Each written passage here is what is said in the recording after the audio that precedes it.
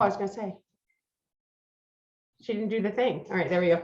So the live is basically for those who want to ask questions or whatever. And every once in a while, we actually get questions. Like I had a whole 6 people on my last one. I will have you know. Very nice. Yeah, so the live is just, it's so funny because I get way more views on the YouTube than I do. Since you've been on, we are actually up to like 1,800. Oh, that's very cool. Yes. So it's kind of neat. So I am going to make sure the volume is down, but I want to be able to see the live chat in case people, ask anything or we want to say hi or whatever. So, okay, now that we are recording, you've done this before. Are you ready? Yeah. Sounds okay. Good. You know how ridiculous and obnoxious I am. So that's not a problem for you. All right. Here we go. Hey, everybody. Welcome to another edition of The Recovery Scene. I am your host, Just a Mom with a Podcast. I'm Leslie. And tonight we are continuing our kind of, I hate to say, where are they now? That just sounds so VH1, but it's kind of our where are they now? You might remember Sam Lindley from Good Kid, Local Kid. He was on here about a year ago, give or take a couple of months. And I asked him if he wanted to come back, and lucky us, he said yes. And Sam, what I was thinking we could do is give us a recap of your story. You don't have to go into as much detail as you did before. If you guys want to see like the full on version, like I said, just scroll back through the videos, look for Good Kid, Local Kid, and that's Sam. He's got one hell of a story, by the way. But just give us kind of the Cliff Notes version recap of your story. And then what we wanted to get into is where you are now and how things are going. And I don't want to give it away. I don't want to give everything away, but, Sam and I have a whole discussion planned for tonight, based on where Sam is right now. So I am going to hand it over as I always do. And Sam, go ahead and take it away. Thank you very much, and thank you for having me. So, sort of the Cliff Notes version of my story. I was born and raised in a suburb outside of Boston, Massachusetts. Very normal upbringing.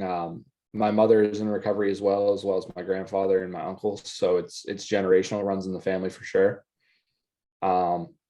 Started experimenting with drugs and alcohol when I was about probably 12 or 13, maybe even younger. And it was just like instantly it clicked. Like it was like the I had arrived moment. I just felt like everything was easier. Like I have really bad anxiety, so just like any social situation where I could have drugs and alcohol, it was just much easier. And it continually progressed very quickly. And so I was using throughout high school, and then got into my dream school in North Carolina. And I thought that this was like going to be the be all end all. Like this was the road that was set out for me. And I got there, and within a week later, I was violently in the grips of addiction. I wasn't going to class. I was using drugs all the time. I was drinking all the time, and it sort of spiraled out of control. And I ended up withdrawing from school, and at the time I thought it was going to be for a month. I was like, cool, I'll go to rehab, whatever, be out for a month, go back to school. That is not what happened. I went down to treatment in Cape Cod, Massachusetts, and got sober down there. And then I tell this story because it's just one of my favorite stories about my own recovery, not to sound like boisterous about it, but no, a good recovery story is a good recovery story. I mean, we all have them. It's fine. I remember I was sitting in the rehab van with all my buddies that I'd made at rehab, and we we're all going to go to this sober house. I remember the name of it. It's Old Silver in Falmouth, Massachusetts. Old Silver. Old Silver. Oh, Silver. It's like Old Silver. That is so perfect. And I remember I was so excited. I was like, this is gonna be the new like road to recovery. Like, and I just remember my mom pulling up the driveway, being like middle of winter, bear in mind, being like, you're moving to Vermont. And I was like, it was like a record scratch. I was like, wait, what? She's like, you're moving in with your uncle in Vermont. And it was the best thing that could have ever happened to me. I moved up to Vermont. I ended up I was like, okay, I'll be here for 3 months. Like my mom was like, give it 3 months. And if you don't like it, you can come back to Massachusetts. And I was like, I'm going to hate this place. Ended up loving it, made a lot of great connections in and out of sobriety. A lot of lifelong friends, great jobs. And then probably about almost 2 years ago now, I moved to Nashua, New Hampshire, where I'm currently living. And I was working in recovery for a little bit. And now I just recently got a new job, but we will talk about that later on. Right. Yeah, that's really cool. I think it's funny how a lot of us get into recovery and end up working in recovery. You know, I really think that recovering addicts are the most generous people, because we really feel like, hey, I got this and now I want to give it to somebody else. You know, Yeah. I really want to share it. And I think that's so interesting. And one thing that I want to share with people, and, you know, this is kind of a different interview, but I want to make sure that we put this in here because it's in almost every single interview. And I think it's really important to reiterate is I believe you were one of the many, many people that I interviewed who said, I was not comfortable in my own skin. I did not like Oh, who I 100%. was. You know, and that's I where was the not fitting in comes in, because we don't like ourselves. How can we fit in with other people? exactly.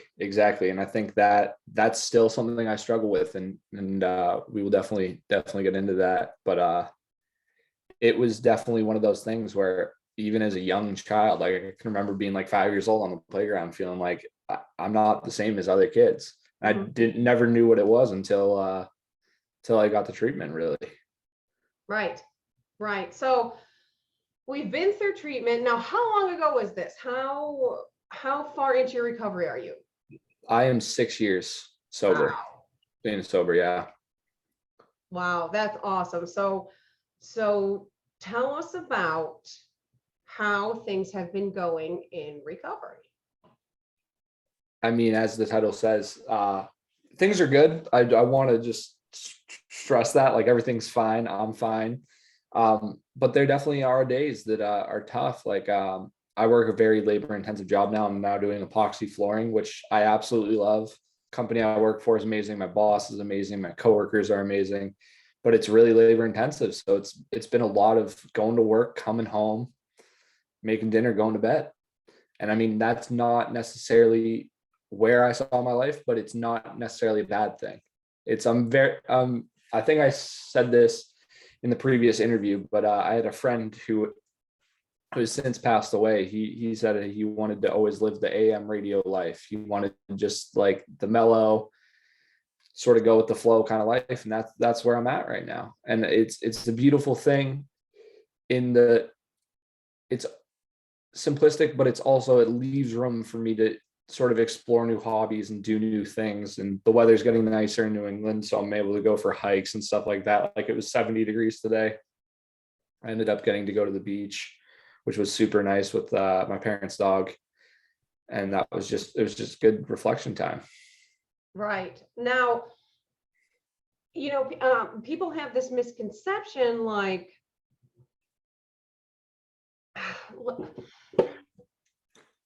days are hard when Yes. we're using. Now, believe me, any hard day in recovery, to me, is so much easier than my easiest day when Oh, I was using. 100% agree with you on that. You know, but now that being said, that doesn't negate the difficulty Oh of, yeah, no. of life, you know. life So still life still goes on whether you're sober or not. And it's like, sobriety definitely makes it easier, but there's still going to be things in life that are hard. And I think that was one of the things that, like, I was convinced as soon as I walked into treatment, like, bada bing, bada boom, I'm out of treatment, everything's going to be sunshine and rainbows. And I got hit hard with reality that, like, most day, I'm going to say it, like, most days are great. Most days I really enjoy my life, but then there's those days that are super hard. And the beautiful thing is I now know that I don't have to use or drink during those days. right. So when those days show up, like you posted something on Facebook and I posted you a picture of pies to make you feel better. Yes. That was very sweet of you, by the way. Those look really good. You're welcome. They were. So, and that is, people think, oh, social media. Social media does get a really bad rap, Yeah. but social media is the place where people go to meet and chat and, get the local gossip and whatever. And it's also a place where we can go, hey, everybody who actually cares, this is what's happening. And people will post pictures of pies or their dogs or Yeah. whatever, and make you feel better. So it is actually a coping skill. It can be. People don't realize this, So when, aside from, and guys, the noise you're hearing, you'll see the beehives on this side and the rabbits are back here. It's a menagerie over here. So anyway, my husband tried to remind me to turn the water bottles. Guess who forgot? So sorry. The point is, I digress. What was I saying? Oh, right. So when things get bad, when you're having bad days, what do you do? And while you're answering this, I'm going to change this water bottle. I think the number one thing for me is reaching out to other people, seeing what I can do to help other people, like getting out of myself and realizing that, like, hey, like I may be having problems today, but they may not be as big as other people's. And everybody's going through something. Like every day someone might be going through something you don't know. So it's just, whether it be like reaching out to a friend or just a random act of kindness, like it doesn't have to be anything like grandiose. It could just be like holding the door open for somebody, is like just a way to sort of, when I get in that sort of feeling, I try to do whatever I can to sort of get out of myself and see how I can be of service to other people. But I do think, how important would you say service to other people is? I mean, I can only speak for my own recovery, but I think vital part, because it really does show you that, like, you're not trying to like minimize my own problems, but like being able to be there for other people is just such a great feeling, because for so long I wasn't able to do that. Like I was even talking about it with my sister today, because I'm home at my parents' house, and it was like, I took her for a coffee today and she was like, I really appreciated that. Like, I don't think you've ever done that. And I was like, I've definitely taken you for a coffee before. And she's like, no. And it's like, it's not a huge thing, but it was just something that I could do to sort of get out of myself. Like realize that like the world doesn't revolve around me.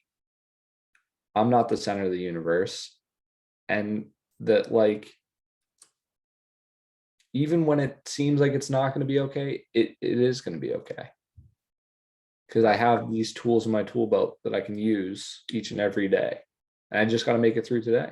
Tomorrow's a new day. Right. And I think connection is really important. Oh, 100%. Having people that you connect with, and, people that you can talk to and go to, and, even if it's people that you can sit around and do nothing with. Yeah. Oh yeah. No, I have a bunch of friends that like our favorite thing to do is one of my good friends, I'll give him a shout out, Ed. Me and him just watch Marvel movies, and like he collects comics and just tells me about comic book stuff, and we go to shows together, like whatever it is. It's like our favorite thing to do is sit down and watch just either really good movies or really bad movies, and just we talk through it the whole time. And it's just it's like I had the most fun doing that, because there's no pressure of like conversation or anything like that. Like we could sit in complete silence and it would be okay. But it is about the connection with other people. I think is vitally important in recovery. It's just having your people. Is like, it doesn't matter. It's like I always say, like, I don't have a ton of friends, but the friends I do have would show up at my house at 3 a.m. if I called them and needed them. Right. And you had said what did you just say? We talked about sitting around doing nothing, and then, Mystery Science Theater 3000. Great show. Oh, so yeah, if y'all have not watched that, especially those of you in recovery, if you want to watch bad movies and laugh through the entire thing, oh, It's very yeah. funny. I will vouch for it. Very good, very good. So yeah, so aside from connection, when we let's say that, when we get into recovery, suddenly we have to deal with emotions. Yeah. And we haven't had to deal with emotions, all this time because we masked them or we escaped them or we medicated them away, what have you. So when we finally have to deal with emotions, it's not an easy thing. So when you can't get a hold of anybody and those emotions are going off and you're just thinking, God, this is not the way I thought my life was going to turn out, or, this just isn't the road that I thought I was going to go down. What do you do? I'm a big meditation guy. It was something that took me a long time because I'm viciously ADD. So it was definitely something that took me a long time. I actually read this book. I'm blanking on the author's name, but it's called May I Sit With You? And it really did change my life. Like, I know it's kind of corny to say like, oh, this book changed my life, but meditation has been such a great tool of mine that just being able to clear my own head. And I mean, I'll admit that I've been struggling with it currently, of just being able to sit with self, but that is one of the greatest gifts of sobriety, is being able to sit with self and like being okay with the person I am today. But definitely meditation, writing, just writing stuff down, just getting it out is another great tool that I like to utilize as well. Right. Now, another thing that I wanted to ask you about is, so we've talked about connections, we've talked about emotions, reactions. Do you do, like, I practice the pause, because if I don't practice the pause, I will shoot from the hip. I will send that email, send that text, and then I will absolutely regret doing it because I was, such a emotionally driven individual. I am the worst at reactions. I will call myself out on it right now. I am very reactionary, and it's something I need to work on. The pause is great. Definitely need to practice it more. For those who use it. Yeah, definitely I need to practice it more, because it's, I mean, in my recent life, I've been, again, calling myself out. I've been very reactionary, and it's not necessarily gone well. Yeah. And I think that's another thing that people in general, this is an interview between recovering addicts, but I think people in general need to call themselves out more. We need to hold ourselves. It's great to have accountability partners and people who will hold you accountable, but I think it's really important for us to call ourselves out and hold ourselves accountable, because I mean, just recently I did not practice the pause and it exploded in my face. Oh yeah. Shocker, because I am very reactive and I don't think. So I will do that thing where I will type out the entire text and delete it. Yeah. Because I feel better now that I've typed it out. What do I care? I don't have to send it. Exactly. Or I will talk to somebody else as though I'm talking to that person I'm upset with. And they know that I'm not upset with them. I'm just talking as if, and I think that's really helpful. I think everybody should practice the pause. Oh, 100% agree with you. I definitely need to take it into consideration more, instead of just, because the first thing that comes out is usually not the right thing. Right, exactly. So, when we talk about how everything isn't just unicorns and rainbows, the minute we get into recovery, people think that once you get clean, that's it. Yeah. You're good. That's the big misconception of recovery. And there is so much more, because they don't understand that we don't know. We don't know how to deal with life like normal people deal with life, at all. I remember another great recovery story is I remember calling a sponsor my first sponsor, and I was in the grocery store. I was 18 years old, and I was sobbing, like absolutely sobbing. And he's like, what's wrong? I'm like, I don't know how to buy groceries. Like I didn't know, like it was a weird because I like when I got clean and sober, I was so young that like it was still trying to figure out how to be an adult, but it was also just basic life things I probably should have known how to do. I had to learn. Like Mhm. even just interacting with people, like how I interacted with people, I was such a jerk and like thought I knew everything. And it's like, dude, you're 18, living in a sober house in Vermont. You clearly haven't figured it out yet. Right. Yeah, something's gone wrong somewhere.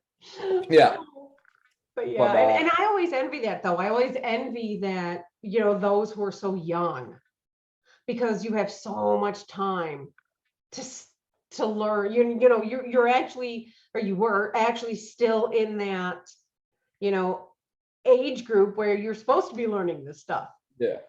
which was really fortunate. It really Oh was. no, I'm extremely grateful that I got sober so young and like realized that I had a problem that young, and I extremely grateful is an understatement. Um, I think I had a lot of good people around me and a lot of great people around me in early recovery, a lot of people that would call me out and hold me accountable. Like you said, like I remember there was a guy I lived with who would just routinely call me out. And I was like, this guy's such a jerk. And then someone pulled me aside and they're like, dude, you're kind of being an asshole. and and like I realized that he wasn't being a jerk because to be a jerk, like he was being a jerk because he cared. And I'm forever grateful for him because like he really like instilled in me like be kind to other people because you never know what they're going through. Right, right. Now, recently, you actually said, we touched on this a tiny little bit, but recently you said that, things are good, Yeah. things are Yeah. okay in your life, but you've kind of been going through it Yeah. and whatever. And so I'm assuming that while you've been going through this, you've been doing things like taking your sister out to coffee and reaching out to friends and whatever. And can you expound on that at all, as far as like give us an example, I guess, of, and you don't have to go into like your personal business, but Oh, when, give us an example of what goes wrong, and as a recovering addict, how do you deal with it? definitely. I think a lot of it is my relationships with other people, whether it be friends or romantic. Um, I've had some falling outs with friends. I had a relationship that didn't end necessarily the way that I would have liked it to. Um, but I think realizing that it might not be the like I know this sounds crazy, but it may not be the right time to say sorry. Is like taking a step back and like really like thinking before I go into the situation of like with those friends that I've had a falling out with, like how I should have approached the situation differently. And Mhm. like realizing where I messed up. Like looking at my part in it, I think has been it's incredibly tough because no one wants to admit they're wrong. But Right. sort of whether it be writing it down or just talking to other people, have been like the two big ones of how I've been getting through this stuff is a lot of writing, um, and reaching out. My buddy Ed's probably sick of hearing me talk about all of this stuff because I've called him so many times. I call him like every day. Uh, him and my buddy Justin. Uh, but it's just I think surrounding yourself with good people is really important. Is people who one everyone I have in my life holds me accountable. I think that's a huge thing is I can't think of a single person who doesn't hold me accountable. And that's the kind of people I want in my life. Like if I'm messing up, I want someone to tell me like, hey dude, you're messing up. And it's really this like community that I've built around myself that has been so vital. to my sobriety. It's like having good people, whether they're people in recovery or people not in recovery. Is like even my friends that are quote unquote like normies, are just, they still hold me accountable. Like they're like, dude, something's off. And Right. I can't hit the nail on the head anymore than like just the people. Like the sense of community is so important, because for so long I felt like I didn't fit in. And Right. now even though like things are tough right now, finding those people that like genuinely care about me and would show up at my house at 3 a.m. if I called them is so helpful. Right. I mean, I talk about that a lot. Your support system, your community. I mean, I think just in general, I really think everything that we're talking about tonight can absolutely bleed over into quote normie life. I Yeah. do. Oh, 100%.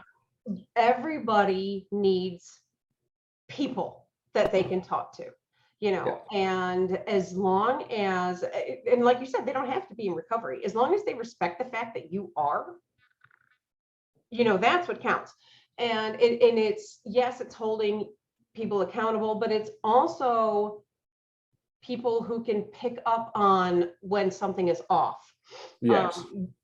Something else that you said, that's another thing where we learn to admit when we're wrong, but then we get mad because that person isn't ready for us to say we're sorry. Like, excuse me, Exactly. I am here trying to say I'm sorry, and so now I'm mad all over again because you're not ready on my time.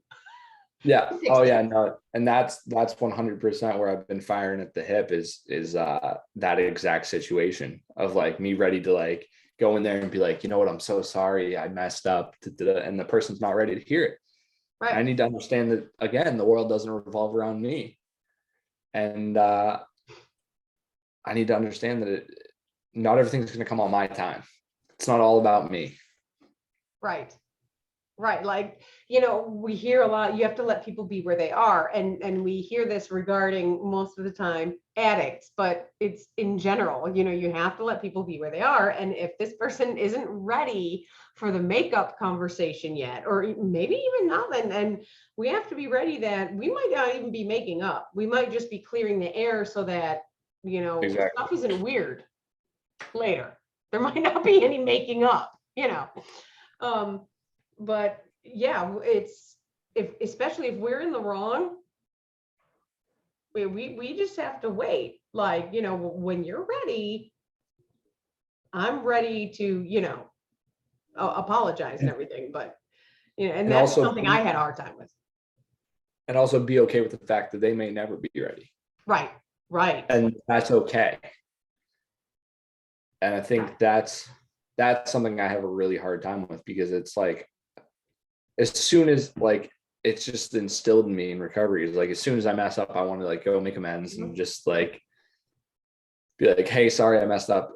And like understanding that there are some situations that I messed up so bad that I may not be able to write them. And that, although it's tough, like I have to be okay with that. Right. Right. Making peace with the fact that I know I messed up. I know I would very much like to make it up to that person, but they have decided. Because at some point, and this is not taking the blame off of us or the responsibility off of us, but at some point it becomes that person's decision that they don't want to hear our apology. So if they Exactly. don't want to hear our apology, now that's on them, and we have to accept it and let it go. And I think the letting go part is really hard for a lot of us. Oh yeah. I You mean, know, in every aspect of life, we tend to be I kind think. of obsessive. Oh yeah. Oh yeah. Just a little bit. you know, we want something, we'd like it yesterday. Thank you. Yep. Yeah. It's either 110% or nothing. Right. Right. And I think that's the tough part about it is finding the balance between those two. Yeah. Yeah. And, understanding that the rest of the world isn't necessarily like that. Yes. Yes. I think that's the hard part about relationships in general, whether it be romantic or friendships, is like my own self-centeredness comes into play, and I just assume that everybody thinks like I do. Mhm. And then when they're like, whoa, whoa, whoa, what are you doing? And I'm like, well, don't you think the way I think? And And they're if like, so, and if not, why? yeah, exactly. Right. Exactly. It's definitely a struggle, but I think I mean, as I get older and longer I stay sober, I think realizing that like meaningful relationships are vitally important to life. I think that's Yeah. sort of like the tie all of this conversation is like these people are people that are going to be with me for life, and I know that. Mhm. Yeah. And I think that's a wonderful gift that comes with recovery as well. You know, when we were using, we had friends and they would be around, and as long as the drugs or the alcohol or the money was around, they were around. But the minute that stuff ran out, that was it. You know, we didn't hear from them again. And so it's almost like we become very good at finding, almost like how we could sniff out the people that had the drugs and could provide everything. Now all of a sudden in recovery, we take that talent, if you could call it a talent, and we turn it into an actual talent where we can almost sniff out the people who really are loyal and really Yeah. want to stick around. And and I think it's because we've had so much of this, we hone in on this. And that's where that, you know, kind of all guns locked, obsessive focus really comes in handy, because we can find these people. And once we find them, we're like, okay, I'm not screwing this up. Yeah. And if I do, I'm going to apologize immediately. I'm going to fix Yeah. it. I think that's the thing, is just sort of realizing when the right time to apologize is. Right. Right. Because like how our brains work is like second it happens, we're like, whoa, whoa, whoa. Like as soon as you realize that you messed up, you're like, I need to go apologize right now. I don't Right. care Because if this is it's valuable to me. I want to save it. yes, exactly. And it doesn't matter what time it is. It's like I've sent emails or texts at like 2 a.m. and been like, I look like a crazy person.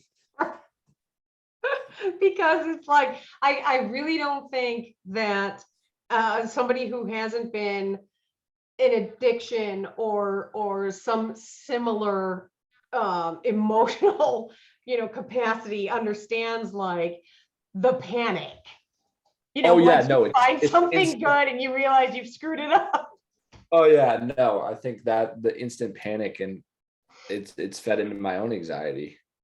Yeah. And I mean that's the main thing I've been struggling with really recently, has been my own anxiety, whether like it be situational or just like stuff that's going on in my life.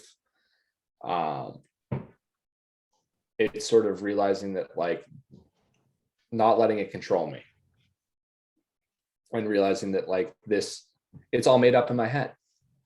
Right. I'm just, it's that panic that you talked about.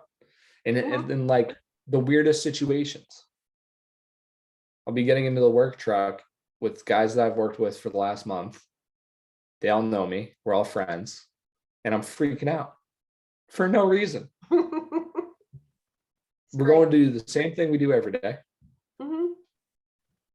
And like, if I mess up, no one's going to care.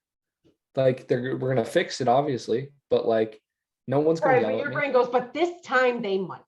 Oh yeah, this time they're gonna flip out. I'm gonna get fired. And it's like, no, they're gonna come over and be like, hey, idiot, you messed this up. Fix it. And then we'll Right. fix it. We'll move on. Right. The worst case scenario in real life is never as bad as the worst case scenario. Oh yeah, no. I think like the hyper fixation on things, especially for addicts and alcoholics, is like, it's almost like, I don't want to say it's like tenfold for us, because I mean there's people with anxiety disorders and Right. things like that. But I think we hyperfixate so hard on certain things that if it's not exactly how we imagined it in our heads, we freak out. Right. And I'm laughing because I've been there. It's not necessarily because it's funny. It's just like, Oh yeah, no. yep. Yeah, exactly. Because and you know, any other addict who, you know, is going to watch this interview is going to be doing the same thing. Like, yeah. Yeah. Like I just freaked out about A, B, and C today. Yeah. It's like he's sitting in the left seat when he usually sits in the right seat. What's going on? Am I getting fired today? Right. It's like that's how quickly my brain jumps from like one extreme to the other. There's like no rationality between it. But like Right. that's where my brain goes every day. Like I wake up and the drink that I thought I left in the fridge isn't there anymore. Someone break into my house? Am I gonna die? Like Right. it's Right. just We build things up into so much more than they actually are most of the time. And that's another hard thing, because then it's really difficult for us to differentiate between the appropriate time, because with my luck, somebody will actually invade our home and I'll write it off as my own paranoia. Oh yeah, You exactly. know, because that'll be the one time where I 100%. should be freaking out. Yes, exactly. There's definitely been situations the past couple months where it was just like, I think I'm feeding too much into this. I'm just freaking out. I'm saying, and then it ended up being something that was like actually serious. Where I'm like, oh, this person's just mad at me. It'll be whatever. And then like they don't talk to me for 3 days. I'm like, oh wow, I really messed up. Yeah, But, and like, that's the other side of that coin. Frustrating. Yes. You Because know, and then your brain sort of plays the flip-flop of like, should I really freak out about this, or is this something I shouldn't freak out about? right. There's no like sort of like medium cautious way. And then And it it's almost makes it worse because you're like, oh, see, should have freaked yeah, out. exactly.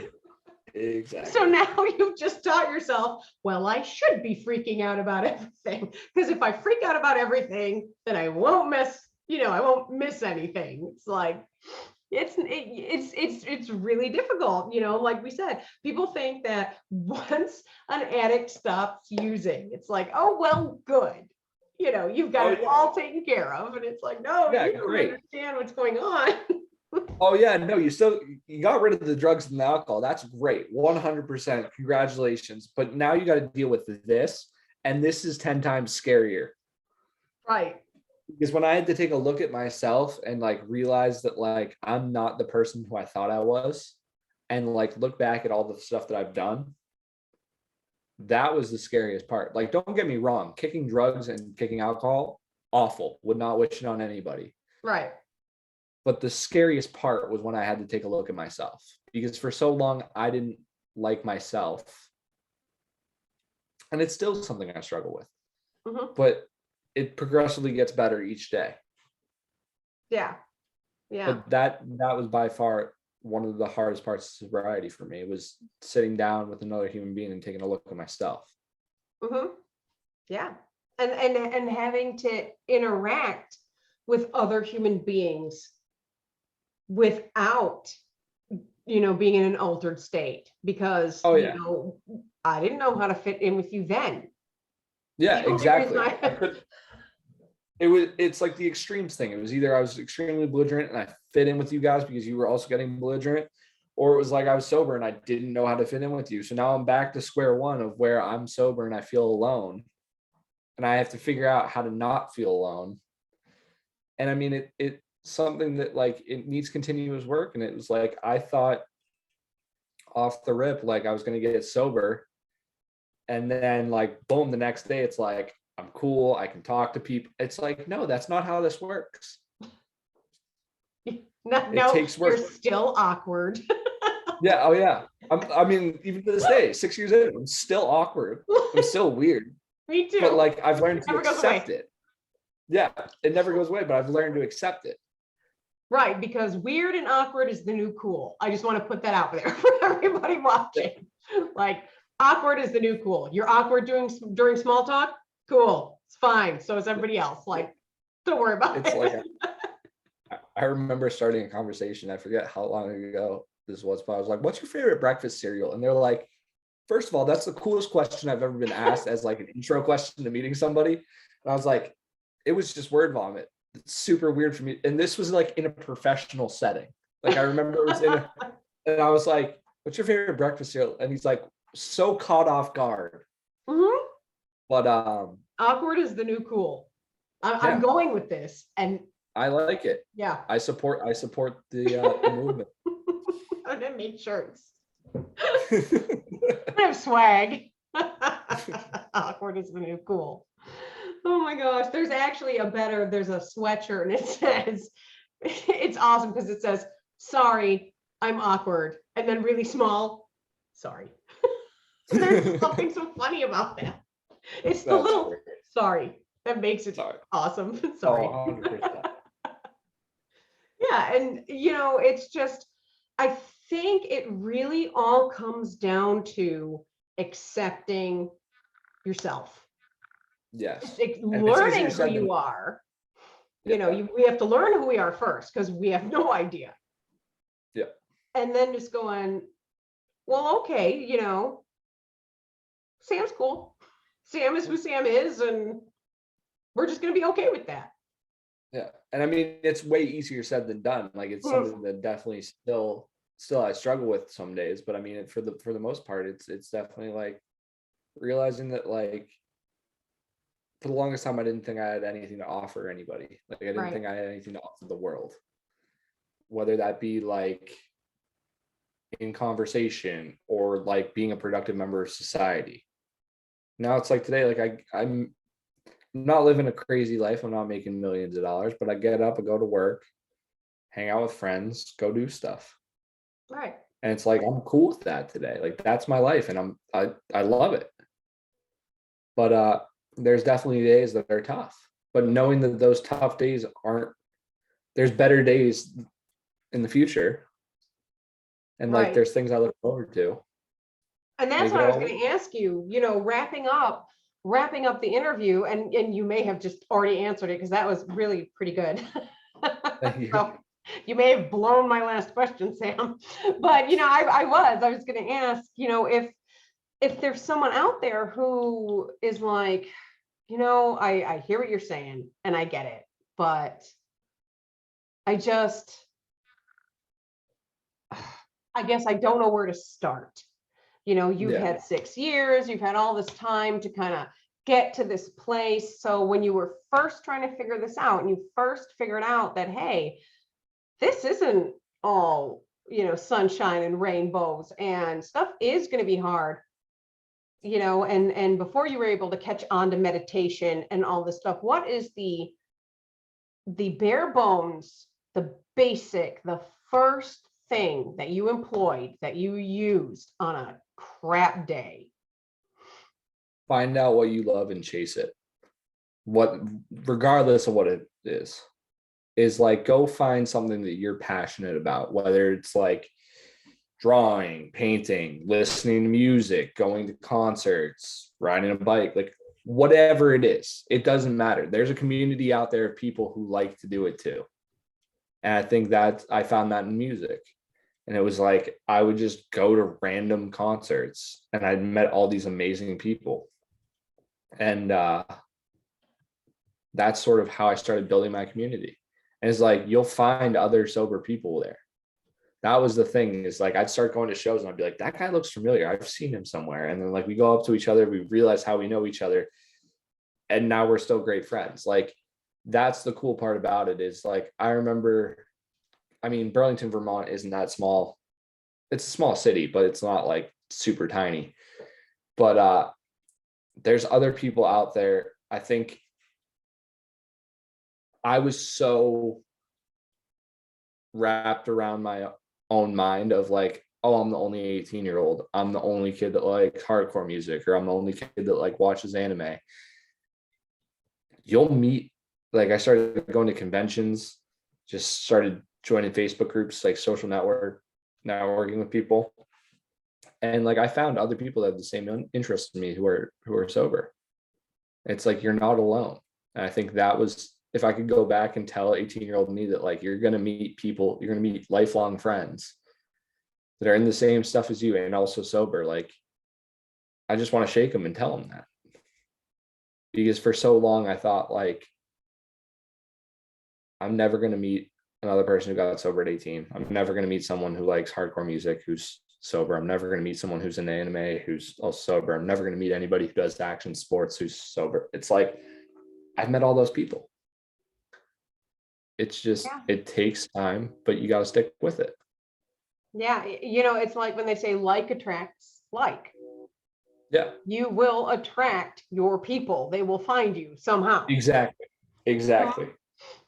I think that right. was the big thing, is just having the patience and knowing that there's always tomorrow. You may not meet them today, but you could probably meet them tomorrow. Right. I think that's really awesome. And just, there are some really cool pictures of you at concerts. Oh, thank you. Yeah. Thank you. There's this one picture, you guys, of Sam, and he's like on someone else's shoulders. And you're like screaming the lyrics at the dude who's screaming the lyrics back at you.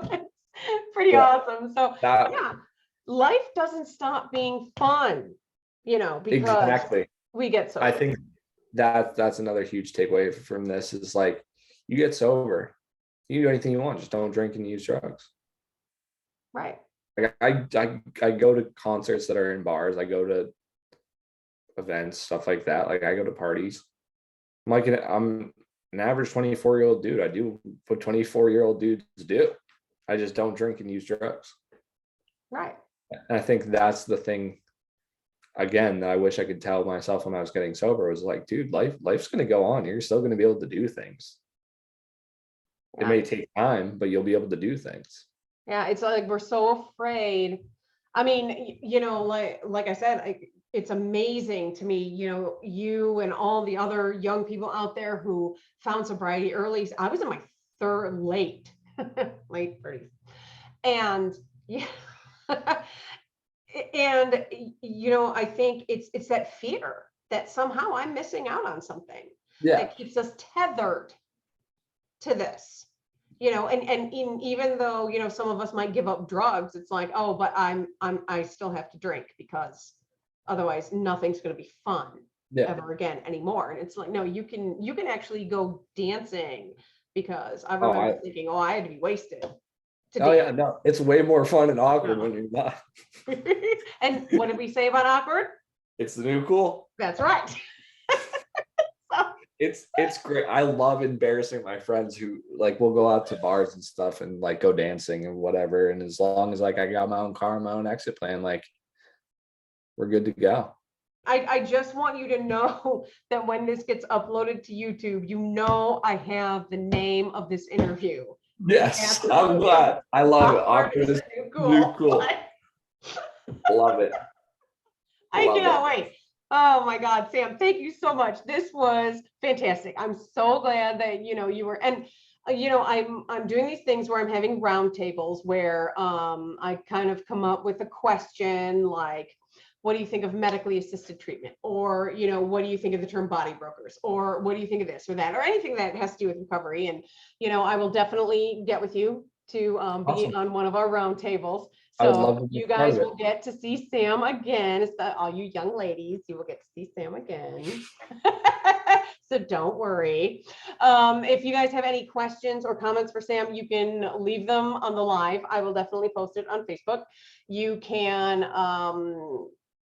comment on the YouTube interview, and he can get back to you however he wants to do that, but I just think this was awesome, and I really, really appreciate you coming back on and giving us an update and talking about life after recovery, after the drugs and alcohol, what comes next. I think that was so important, and I think, especially coming from a young guy, or I should say just a young person, because it doesn't matter if it's male or female, anybody who's young. I mean, I really think there is this stigma of, well, I'm going to be missing out. Exactly. Well, thank you so much for having me. I greatly appreciate it. And this was a lot of fun. Yes, it always is. It always is. Last time was fun. This time is fun. Next time will be fun. It's I awesome. look forward to it.